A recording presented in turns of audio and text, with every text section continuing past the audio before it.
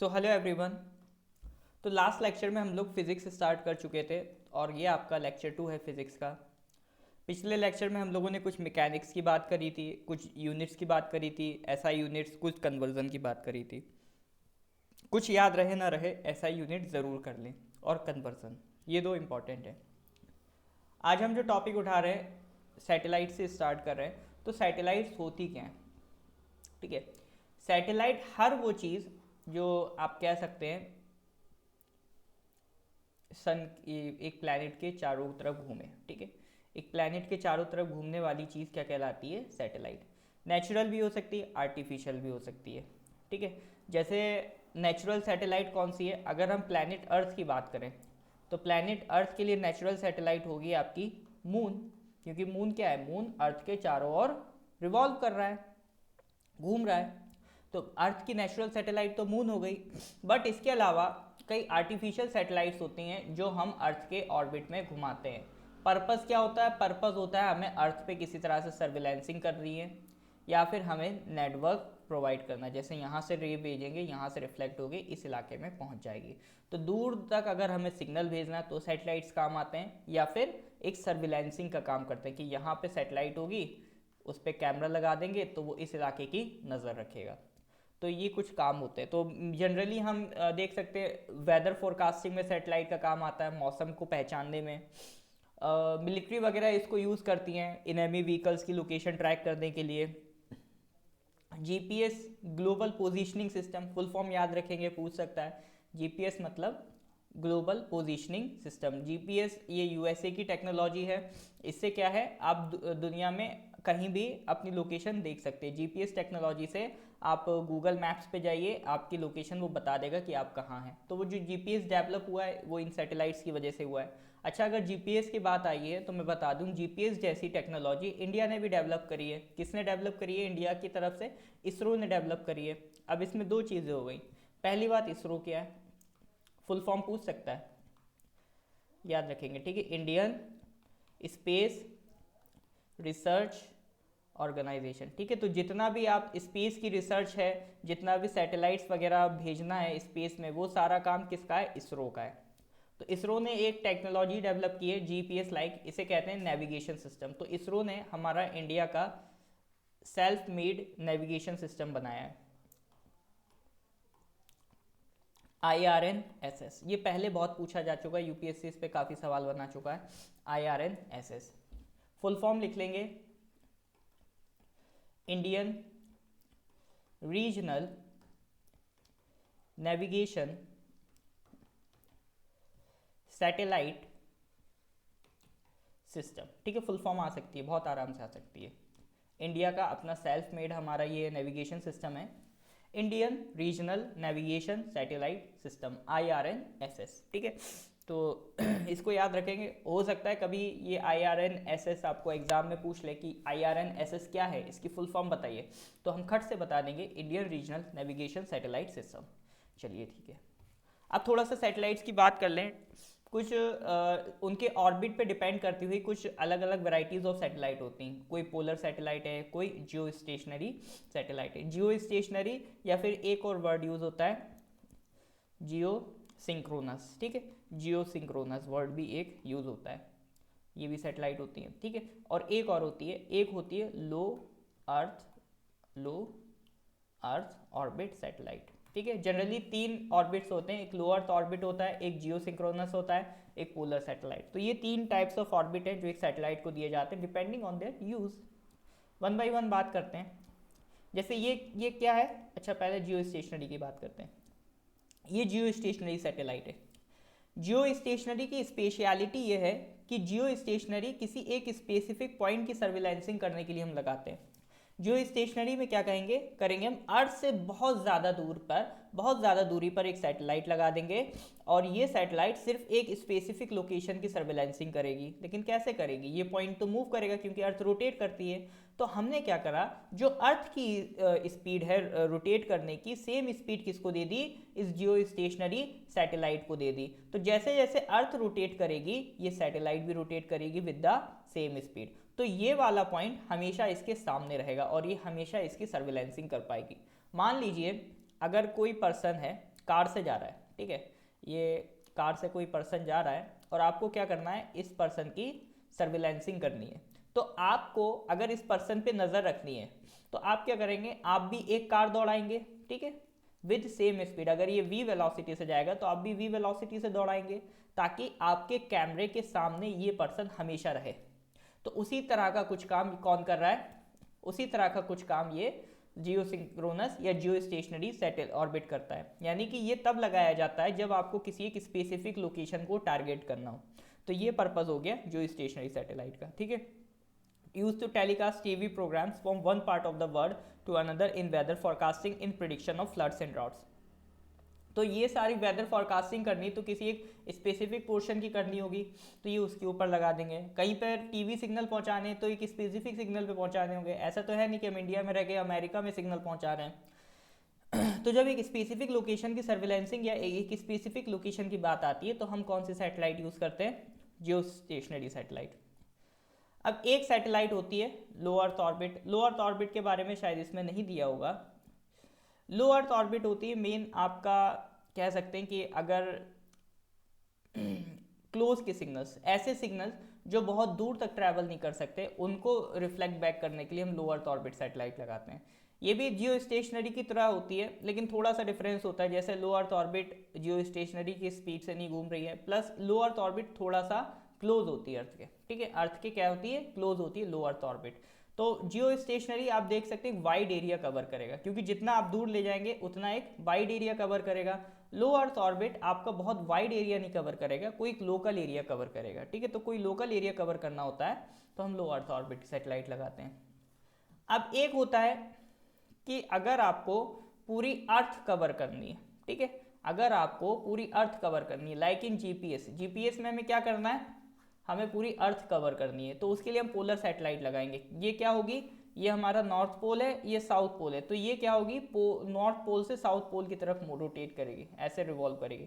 तो जब ये नॉर्थ पोल से साउथ पोल की तरफ रिवॉल्व करेगी तो ये पूरी अर्थ को एक तरीके से कवर कर सकती है, ठीक है। तो ये कहलाती हैं आपकी पोलर सैटेलाइट, और इनका टाइम पीरियड भी कम होता है, 84 मिनट्स, ठीक है। 84 मिनट्स में ये पूरा एक राउंड लगा लेंगी, क्योंकि पोल टू पोल जाना है तो इसे ज़्यादा ट्रैवल नहीं करना है, ठीक है। तो इनका भी काम वेदर फोरकास्टिंग या मैपिंग, जीपीएस वगैरह में इनका यूज़ होता है। तो 3 तरीके के ऑर्बिट्स हैं, जियो स्टेशनरी, लो अर्थ ऑर्बिट और पोलर ऑर्बिट्स। नेक्स्ट आता है आपका इनसे हटके एक अलग topic, general properties of matter.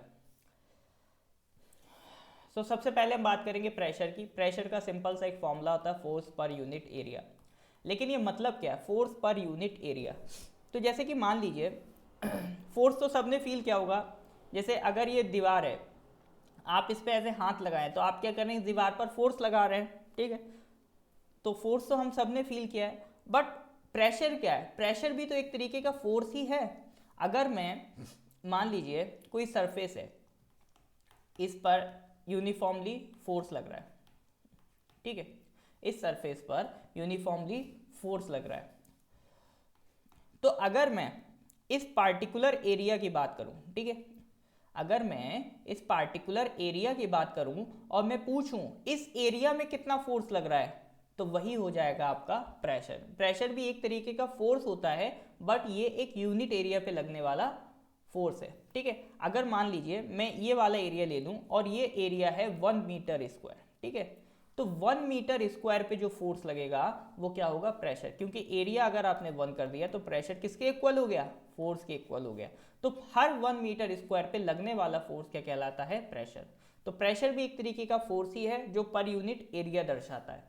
तो इसकी एसआई यूनिट वैसे तो न्यूटन पर मीटर स्क्वायर आती है, बट साइंटिस्ट पास्कल ने इसे डिस्कवर किया था, इसीलिए पास्कल भी लिख देते हैं, ठीक है। एसआई यूनिट बहुत फेमस है प्रेशर की, पास्कल। ये एग्जाम में पूछी जा सकती है, याद रखेंगे।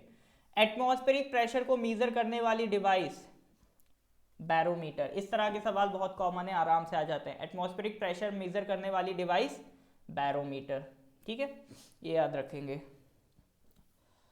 अब एटमॉस्फेरिक प्रेशर में एक बात याद रखना कि हाइट बढ़ने के साथ साथ प्रेशर घटता चला जाएगा, ठीक है। क्यों, क्योंकि आप जितना अर्थ के नीचे रहेंगे उतना आपको मॉलिक्यूल्स एयर के ज़्यादा मिलेंगे। और ये एयर मॉलिक्यूल्स क्या हैं, अगर आप यहाँ खड़े हुए हैं तो एयर मॉलिक्यूल्स आप पे एक दबाव लगा रहे हैं, एक फोर्स लगा रहे हैं, और उसी फोर्स को हम क्या कह रहे हैं, प्रेशर कह रहे हैं। और एटमॉस्फेयर आपको प्रेशर लगा रहा है तो उसको कहेंगे एटमॉस्फेरिक प्रेशर। तो जैसे जैसे हम ऊपर जाते जाएंगे एटमॉस्फेयर कम होता जाएगा, मॉलिक्यूल्स कम होते जाएंगे, मॉलिक्यूल्स कम होते जाएंगे तो एटमॉस्फेरिक प्रेशर भी कम होता जाएगा। तो हाइट के साथ साथ एटमॉस्फेरिक प्रेशर घट जाता है। इसीलिए माउंटेन्स में पकाना मुश्किल होता है, फाउंटेन पेन जो होता है लीक करता है, ब्लीडिंग हो जाती है, ब्रीथिंग डिफ़िकल्ट हो जाती है। वाटर 100 डिग्री सेंटीग्रेड से पहले ही बॉईल करना स्टार्ट कर देगा अगर आप हाइट पर चले आएंगे, ठीक है। क्योंकि वाटर को बॉईल होने से कौन रोक रहा था, अगर वाटर लिक्विड है तो उसे वेपर बनने से कौन रोकता था, ऊपर का प्रेशर। अभी प्रेशर कम हो गया तो ये जल्दी बॉईल हो जाएगा। तो इसीलिए प्रेशर जब कम हो जाता है तो वाटर की जो बॉइलिंग पॉइंट है वो 100 डिग्री से कम हो जाता है। अब ये बहुत पूछा जाता है, फेज चेंजेस ऑफ मैटर, ठीक है। तो उल्टा सीधा सब तरीके से हमने कवर कर रखा है, आप इसको ज़रा गौर से देखिए। जैसे मान लीजिए, इसमें मैं प्रॉपर आराम से समझाता हूँ।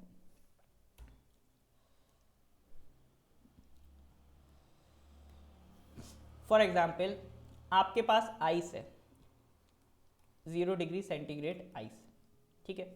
आपने इसको हीट करा, ये ट्राइंगल हीट का सिंबल है, ठीक है। या मान लेते हैं आइस है हमारी -10 डिग्री सेंटीग्रेड पर, ठीक है। इसको थोड़ा और इधर बनाता हूँ। -10 डिग्री सेंटीग्रेड हमारे पास क्या है, आइस। इसको हमने हीट किया तो क्या बनेगा, सबसे पहले तो आइस का टेम्परेचर बढ़ेगा और ये आइस पहुँचेगी 0 डिग्री सेंटीग्रेड पर, ठीक है।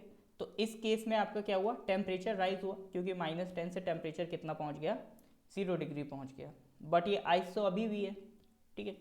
आइस का जो फ्रीजिंग पॉइंट है वो 0 डिग्री होता है। तो अगर 0 डिग्री से कम टेम्परेचर है तो आइस फ्रीज रहेगी, तो 0 डिग्री तक तो आइस फ्रीज रहेगी। बट जब आप 0 डिग्री से और टेम्परेचर बढ़ाएंगे तो ये मेल्ट करेगी। आपने टेम्परेचर बढ़ाया तो हमें क्या लगता है डायरेक्ट इसका टेम्परेचर बढ़ जाएगा, मेल्ट कर जाएगी, नहीं। पहले इसका टेम्परेचर नहीं बढ़ेगा, पहले इसका फेज चेंज होगा, ठीक है। ये 0 डिग्री आइस से क्या बन जाएगा, 0 डिग्री सेंटीग्रेड वाटर, ठीक है। तो इसमें टेम्परेचर चेंज नहीं हुआ, लेकिन हीट तो हमने दी है, तो हीट कहाँ गई, कहीं तो कांस्टेंट है। हीट क्या होती है, हीट या एनर्जी ना ही क्रिएट होती ना ही डिस्ट्रॉय होती है। अब ऐसा तो है नहीं जो हीट हमने इसमें दी गायब हो गई। पहले यहाँ पर हमने हीट दी, यहाँ पर हीट दी, टेम्परेचर बढ़ गया, हम खुश हो गए, चलो हमारी मेहनत रंग लाई। बट यहाँ क्या हो रहा है, यहाँ हमने हीट दी, टेम्परेचर तो बढ़ा ही नहीं, टेम्परेचर तो 0 का 0 है, बस क्या हो गया, फेज चेंज हो गया, ठीक है। तो ये हीट क्या हो गई, इसके अंदर स्टोर हो गई। ये हीट कहीं नहीं गई, ये हीट इस वाटर में स्टोर हो गई, और स्टोर हो गई, छिपी हुई हीट है। और छिपी के लिए हम वर्ड यूज करेंगे लेटेंट, हिडन हीट है इसके अंदर, लेटेंट हीट। लेटेंट हीट मतलब हिडन हीट, छुपी हुई हीट है इसके अंदर, ठीक है। तो जब ये 0 डिग्री आइस से 0 डिग्री वाटर पे जाएगा तो इसमें क्या हीट प्रोड्यूस होगी, इसमें हीट स्टोर हुई, लेटेंट हीट। और जब सॉलिड से लिक्विड जाते हैं तो हम हीट को कहते हैं लेटेंट हीट ऑफ फ्यूजन, ठीक है। इसमें हीट स्टोर हो गई और उस हीट को हम क्या कहेंगे, लेटेंट हीट ऑफ फ्यूजन। अब जब आप 0 डिग्री सेंटीग्रेड वाटर पे आए, फिर आपने टेम्परेचर बढ़ाया, ये ट्रायंगल का मतलब है हीट देना, टेम्परेचर बढ़ाना, कोई दिक्कत नहीं, टेम्परेचर बढ़ता जाएगा बढ़ता जाएगा। कहाँ तक बढ़ेगा, 100 डिग्री सेंटीग्रेड वाटर तक। ये आपका टेम्परेचर बढ़ता चला गया, ठीक है। हम खुश हो गए क्योंकि हमने हीट दी, टेम्परेचर बढ़ गया, हमें लगा हाँ हमारी मेहनत वसूल हो गई। लेकिन जब 100 डिग्री सेंटीग्रेड वाटर आएगा तो ये क्या है, ये बॉइलिंग पॉइंट है वाटर का। इसके ऊपर अगर आपने टेम्परेचर बढ़ाया तो पानी वेपर बन जाएगा। तो ये अचानक से वेपर नहीं बनेगा, पहले ये बनेगा 100 डिग्री सेंटीग्रेड वेपर। फिर वही कहानी, वाटर से वेपर फेज चेंज हो गई, लेकिन हीट हमारी टेम्परेचर नहीं बढ़ा पाई। हमने जो हीट दी उससे टेम्परेचर नहीं बढ़ा, तो हीट से टेम्परेचर नहीं बढ़ा तो वो हीट कहाँ गई, इस वेपर में स्टोर हो गई। कभी भी आप कंपेयर कर लेना 100 डिग्री सेंटीग्रेड वाटर पे हाथ रखना और कभी 100 डिग्री सेंटीग्रेड स्टीम पे हाथ रखना, आपको स्टीम ज़्यादा गर्म लगेगी, स्टीम आप बर्दाश्त नहीं कर पाएंगे। एक बार 100 डिग्री सेंटीग्रेड वाटर बर्दाश्त हो जाएगा, तो इसीलिए आप कभी भी नोटिस करिएगा स्टीम हमें ज़्यादा खतरनाक लगती है। क्यों, क्योंकि उसके अंदर एक एक्स्ट्रा एनर्जी है, एक्स्ट्रा हीट है, और उसे हम कहेंगे लेटेंट हीट। ठीक है।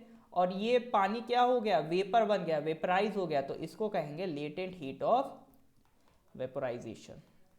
ठीक है, क्लियर है।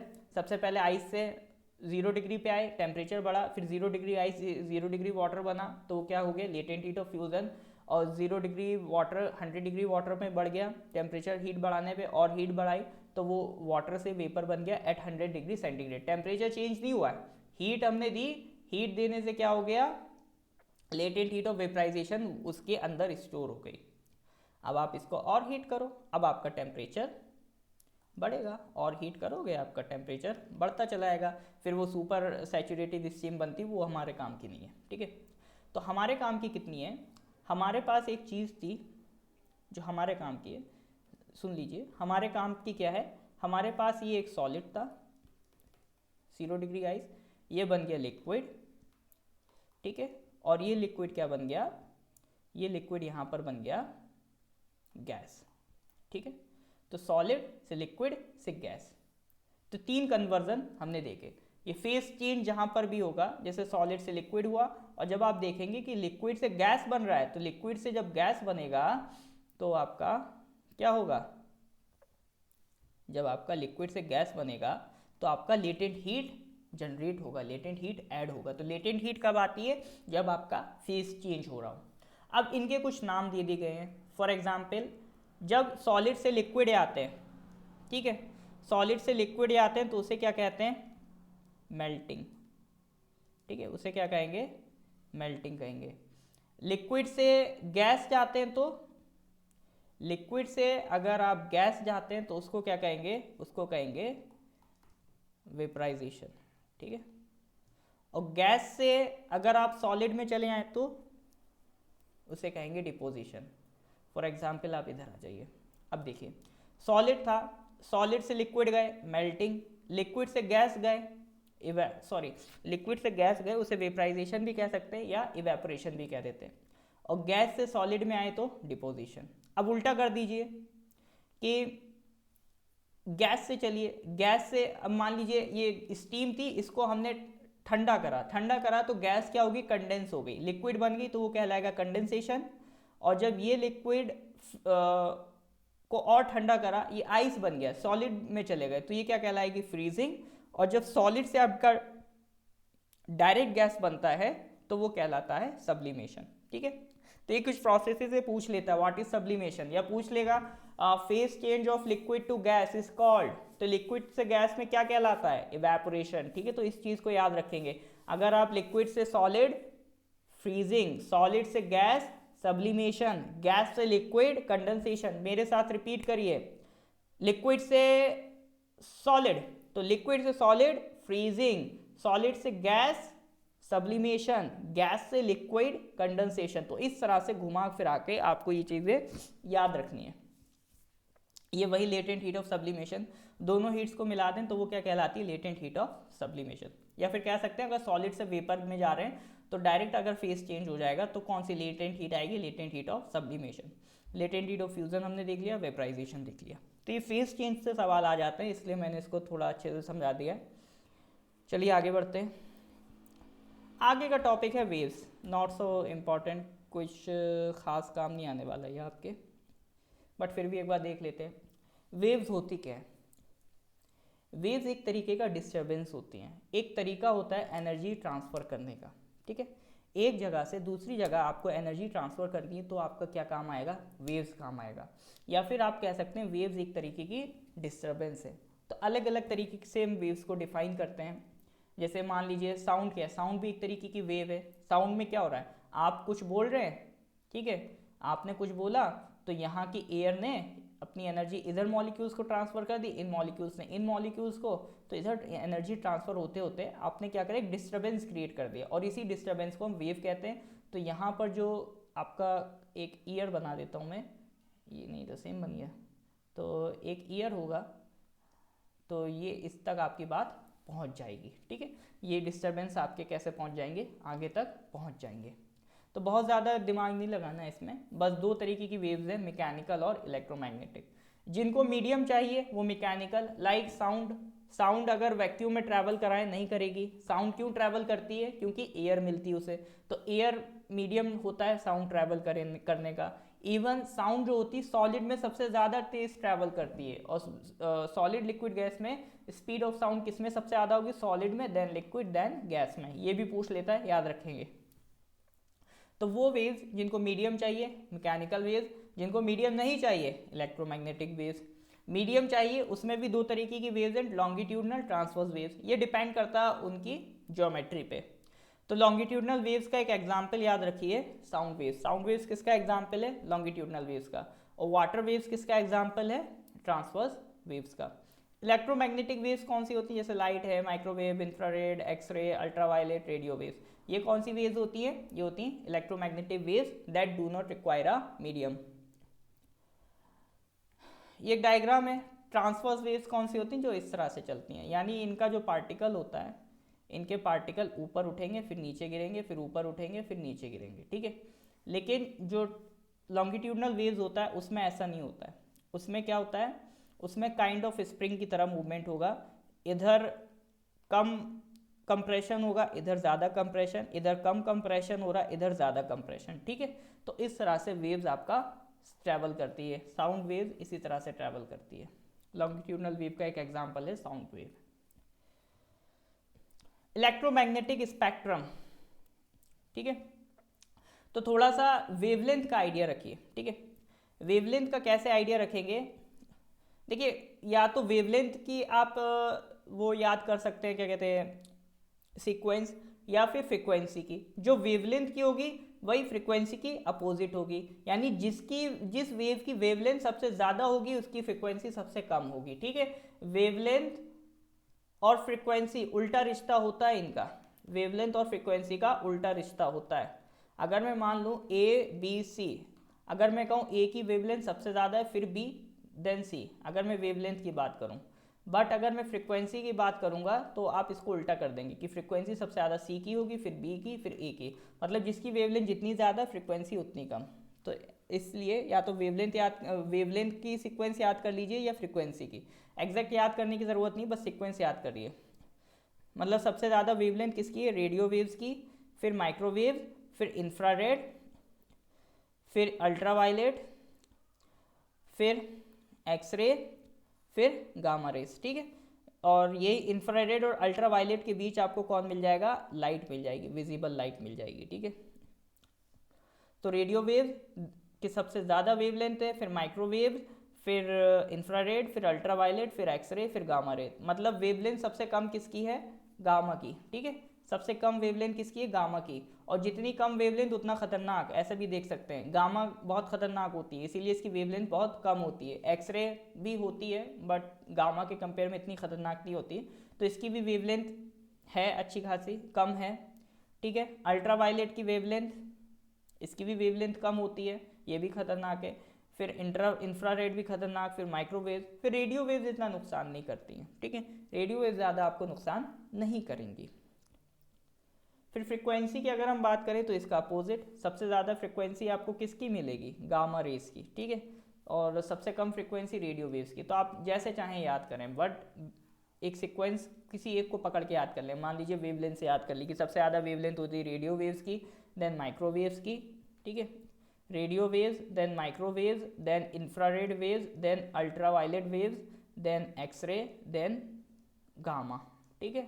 RMIUXG ऐसे याद कर सकते हैं, RMIUXG। कुछ अपने हिसाब से बना सकते हैं आप लोग, जो चाहें, शॉर्ट फॉर्म निमोनिक्स। तो RMIUXG, तो R for radio waves, M for microwaves, I for infrared, U for ultraviolet, X for X ray, G for gamma, ठीक है। RMIUXG, ठीक है। तो वेवलेंथ याद होगी। लाइट में कैसे याद करना है? लाइट का तो बहुत सिंपल है, विबग्योर याद रखो आप, ठीक है। 7 कलर्स होते हैं लाइट में। क्या होते हैं? 7 कलर्स होते हैं। कभी भी व्हाइट लाइट को एक प्रिज्म से टकराएंगे तो 7 कलर्स हम उसमें से देख पाएंगे। इसी को कहते हैं डिस्पर्शन ऑफ लाइट, ठीक है। कितने कलर्स निकल रहे हैं? 7। VIBGYOR, violet, indigo, blue, green, yellow, orange, red, ठीक है। अब इसमें वेवलेंथ हमेशा याद रखेंगे सबसे ज़्यादा किसकी है? वेवलेंथ है सबसे ज़्यादा रेड की, ठीक है। वेवलेंथ किसकी सबसे ज़्यादा है? रेड की। तो उस हिसाब से आप बाकी सारी चीज़ें कंपेयर कर लेंगे।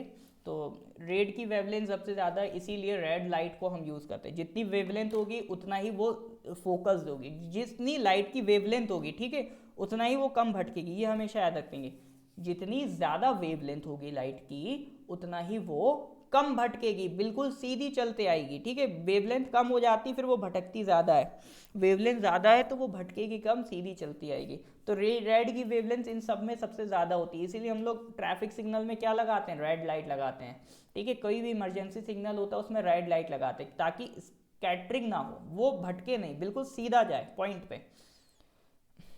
और स्कूल बसेस भी इसीलिए येलो कलर की बनाते हैं, क्योंकि रेड कलर तो हम यूज़ कर ही चुके हैं, तो येलो हमने अलग से निकाल लिया। ऑरेंज थोड़ा सा मैच करता है तो येलो हमने अलग निकाल लिया, इसकी भी वेवलेंथ अच्छी खासी होती है। तो स्कूल बस अलग से दूर से दिख जाए इसीलिए उसको येलो से पेंट कर देते हैं, ठीक है। अब ये वाली लाइट जो होती है ना, ये बहुत भटकती है, वायलेट, इंडिगो, ब्लू। इसीलिए जब एटमॉस्फेयर में, जब अर्थ के एटमॉस्फेयर में ये लाइट आती है तो इसमें से सबसे ज़्यादा कौन भटकती है? जिसकी वेवलेंथ कम है, वायलेट, इंडिगो, ब्लू। ये भटक जाएगी, फैल जाएगी, भटक जाएगी, पूरे में फैल जाएगी, स्कैटर हो जाएगी। इसी को कहते हैं स्कैटरिंग ऑफ लाइट। और इसी स्कैटरिंग ऑफ लाइट की वजह से हमें आसमान ब्लू दिखता है, ठीक है। हमने कई सारे फैक्ट्स डिस्कस कर लिए, डिस्पर्शन ऑफ लाइट देख लिया, स्कैटरिंग ऑफ लाइट देख लिया, ठीक है। Why we use red colour in traffic lights, why we use yellow colour for school buses, ये सारे सवाल भी हमने डिस्कस कर लिए। तो ये सारा सब इलेक्ट्रोमैग्नेटिक स्पेक्ट्रम का खेल है। तो कुल मिला के फिर से याद करिए, रेडियो वेवलेंथ सबसे ज़्यादा किसकी है? सबसे ज़्यादा रेडियो वेव्स की, फिर किसकी है? फिर माइक्रोवेव्स की, फिर इंफ्रारेड, फिर अल्ट्रा वायलेट, फिर एक्सरे, फिर गामा, ठीक है। याद हो गया। फिर इसके बाद विजिबल लाइट में अगर पूछे तो विबग्योर याद रखना है, विबग्योर, ठीक है। सबसे ज़्यादा वेवलेंथ रेड की होती है, रेड की वेवलेंथ सबसे ज़्यादा, सबसे कम वायलेट, इंडिगो, ब्लू। तो इसी वजह से इनकी स्कैटरिंग हो जाती है, इसकी स्कैटरिंग नहीं हो पाती है, इसीलिए हमें रेड कलर कम दिखता है। सबसे ज़्यादा क्या दिखता है? Violet, indigo and blue. चलिए, तो ये इलेक्ट्रोमैग्नेटिक स्पेक्ट्रम से रिलेटेड सारी बातें हमने कर ली हैं। आगे देखते हैं, आगे हमारे लिए क्या है? आगे है हमारे लिए साउंड वेव्स। साउंड वेव से वो क्या कहना चाहता है?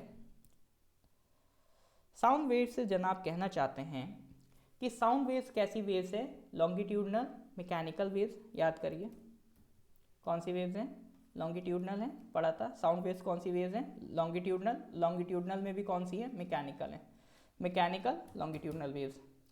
तो साउंड वेव्स में क्या होता है? फ्रिक्वेंसीज होती हैं, ठीक है। फ्रिक्वेंसी के SI यूनिट अगर आपने लास्ट क्लास में पढ़ी होगी, याद किया होगा, तो आपको पता होगा फ्रीक्वेंसी की SI यूनिट होती है हर्ट्ज, ठीक है। और शॉर्ट में इसे HZ लिखते हैं, हर्ट्ज, ठीक है। तो ऑडिबल फ्रीक्वेंसी की रेंज पूछ सकता है, तो हमारे लिए जो ऑडिबल फ्रीक्वेंसी है वो है 20 हर्ट्ज से 20 किलो हर्ट्ज के बीच, ये याद रखनी है। सिंपल सा क्लासिफिकेशन है, बिल्कुल सिंपल सा। क्या है क्लासिफिकेशन? कि ये रही 20 हर्ट्ज, ये रही 20 किलो हर्ट्ज। 20 किलो हर्ट्ज मतलब 20,000 हर्ट्ज। इस बीच की जो भी फ्रीक्वेंसी होगी वो हमारे लिए ऑडिबल होगी। इससे ऊपर की फ्रीक्वेंसी क्या हो जाएगी?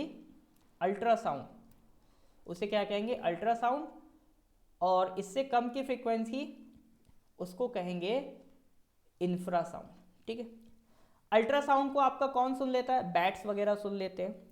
इंफ्रासाउंड को आप कह सकते हैं डॉग्स भी सुन लेते हैं, या फिर एलिफेंट्स वगैरह भी सुन लेते हैं। जैसे जनरली क्या होता है, इंफ्रासाउंड बहुत हल्की साउंड होती है, आम आदमी नहीं सुन सकता उसे। तो इसीलिए जब कभी कभी अर्थक्वेक आता है तो अर्थक्वेक की बहुत हल्की साउंड आती है, तो वो इंफ्रासाउंड होती है। वो इतनी हल्की होती है कि आम आदमी उसे नहीं सुन पाता, बट ये जानवर सुन लेते हैं और जानवर सुन के भागने लगते हैं। तो उससे हम समझ जाते हैं मामला गड़बड़ है, दाल में कुछ काला है, कुछ होने वाला है, ठीक है। तो ये कुछ क्लासिफिकेशन था, अपनी याद रखिए। 20 हर्ट्ज से 20 किलो हर्ट्ज अपन सुन पाते हैं, उससे ऊपर चले गए अल्ट्रासाउंड, उससे कम इंफ्रासाउंड, ठीक है। तो ये क्लासिफिकेशन भी पूछ लेता है। अब नेक्स्ट आता है स्पीड ऑफ साउंड मैक्सिमम किस में होती है? ये हम पहले ही देख चुके हैं, सॉलिड में मैक्सिमम, गैसेस में मिनिमम। अब ये अल्ट्रासाउंड का यूज हम कहाँ कर लेते हैं? सोनार में यूज कर लेते हैं, ठीक है। सोनार की full form sound navigation and ranging, ठीक है। सोनार की full form sound navigation and ranging. बहुत सिंपल सा एक्सपेरिमेंट है। यहाँ से आप जा रहे थे, आपको मान लीजिए ये इसकी डेप्थ नापनी है। आपको क्या नापना है, या तो इनेमी का शिप ढूंढना है या फिर डेप्थ नापनी है ओशन की। तो आपने क्या करा, यहाँ से साउंड वेव भेजी, तो अगर पानी से तो ये पास हो जाएगी, बट कहाँ से टकराएगी, ओशियन से। जब इसे कुछ ओशन मिलेगा तो वहाँ से टकरा के ये वापस आएगी, और जब ये वापस आएगी तब उससे हमें पता चलेगा कि ये कितना टाइम लिया। अब साउंड अल्ट्रासाउंड है, तो अल्ट्रासाउंड जो वेव है आपकी, उसकी हमें फ्रिक्वेंसी तो पता होती है, फ्रिक्वेंसी पता है, स्पीड भी पता है, और इसने कितना टाइम लिया आने जाने में और आने में, तो वो सारा यूज़ करके हम बता देते हैं कि कितना डिस्टेंस ये ट्रैवल करके आई है। तो उससे हमें क्या मिल गई, डेप्थ मिल गई। और क्या काम आता है अल्ट्रासाउंड वेव्स का, बहुत सारे काम है। अल्ट्रासाउंड जो हम लोग यूएसजी अल्ट्रासाउंड गाइडेड, जो हम लोग पेट वगैरह का अल्ट्रासाउंड करवाते हैं, वो भी क्या है, ये अल्ट्रासाउंड वेव ही तो है। उसको भेजते हैं, वो अंदर जो भी मटेरियल होगा उससे टकराएगी। मान लीजिए यहाँ स्टोन वगैरह है, तो स्टोन से टकरा के वापस आएगी और बताएगी यहाँ पे कुछ मामला गड़बड़ है। तो यहाँ अल्ट्रासाउंड वेव्स काम आ जाती हैं। और कहाँ आ जाएगी, इनेमी शिप है, मान लीजिए आपको तो नहीं दिख रहा है, बट अंदर यहाँ पर एक सबमरीन है। तो अगर आपने अल्ट्रासाउंड भेजी, वो डेप्थ से पहले टकरा के वापस आ गई, तो आपको पता चल जाएगा कि अंदर कुछ मामला गड़बड़ है, सबमरीन है कोई, ठीक है। तो काफ़ी कुछ हेल्प करती है ये सोनार एप्लीकेशन। इसके बाद नेक्स्ट है लाइट, और लाइट से रिलेटेड कुछ टॉपिक्स, तो उसे हम नेक्स्ट क्लास में कवर करेंगे। आज हमने इतना ही करना है, तो चलिए आज इतना ही करके रखते हैं। नोट्स बनाते रहिए, बार बार रिवाइज करते रहिए, जो भी डाउट हो फ़ोन पर पूछिए। Thank you.